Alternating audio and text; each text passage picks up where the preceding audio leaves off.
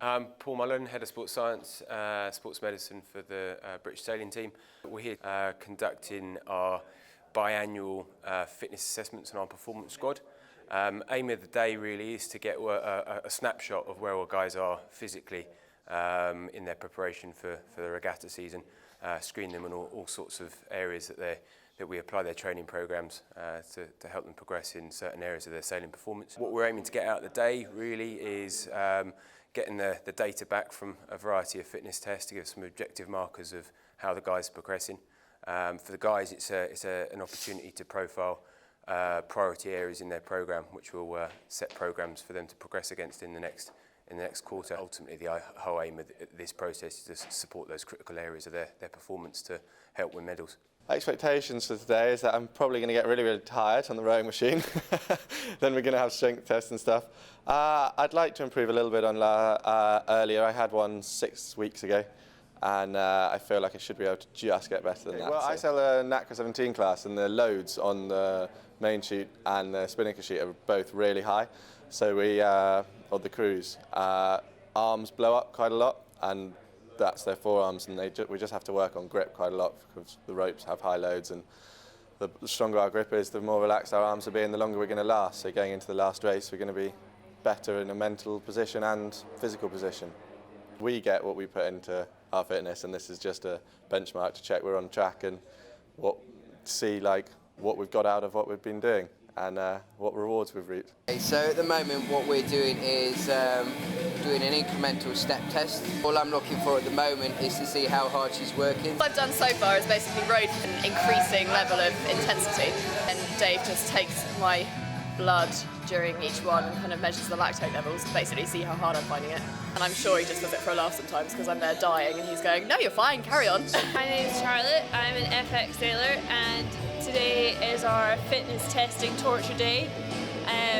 Today, this part is the aerobic stages, so we're going to go through your sub-maximal stages, and then there'll be a horrendous sprint bit at the end. A bit of a 10-minute rest, and then onto the hellish sprint bit. 35 to go, that's all you got. Get that power back up. Right. Get that power up. That's 15 seconds. I'm not sure you can really tell so much because you have to see how much lactate you're producing at each thing, but certainly the levels felt a little bit easier than they have done in the past, so the proof will be when they in their little machine. We're looking at Nick's effectiveness of his training plan over the last 8 weeks, seeing how his body's adapted to the training we've been setting him.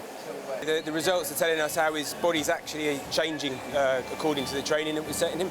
So it tells us how useful his training has been in getting the adaptations in his body that we want to see to help support his sailing performance. It's really important, if you just go away and do your training and don't really actually test yourself, you don't know where you're at to start with, so you don't know what sort of levels you should be working to, but also you don't know if the training you're doing is actually working. So to come in and do this is key, really. It not only shapes your program, but also gives you motivation to see what you're doing is actually helping out. It's probably the same as most sports, it's an ongoing thing. You're constantly trying to improve, constantly trying to build, so really it's about trying to actually not overtrain more. So it's kind of a case of you probably do three or four aerobic sessions a week, and the same thing with weights, sort of four weight sessions, and then you've got your core and your sailing on top of that. So it's a constant thing. Just done a bit of strength testing, squatting. So it's a 5-rep max, pretty much as hard as you can go.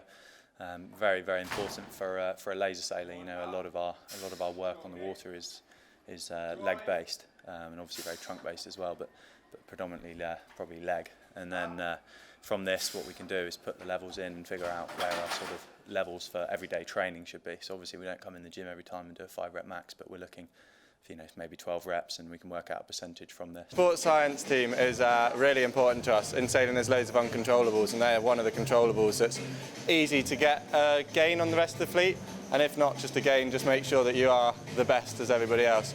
Because come down onto the race course, all you want to do is know that you've done absolutely everything so that you're ready, and these guys are fully bought into helping us. They don't do this because it's their job, they do it because they love it, and that's great.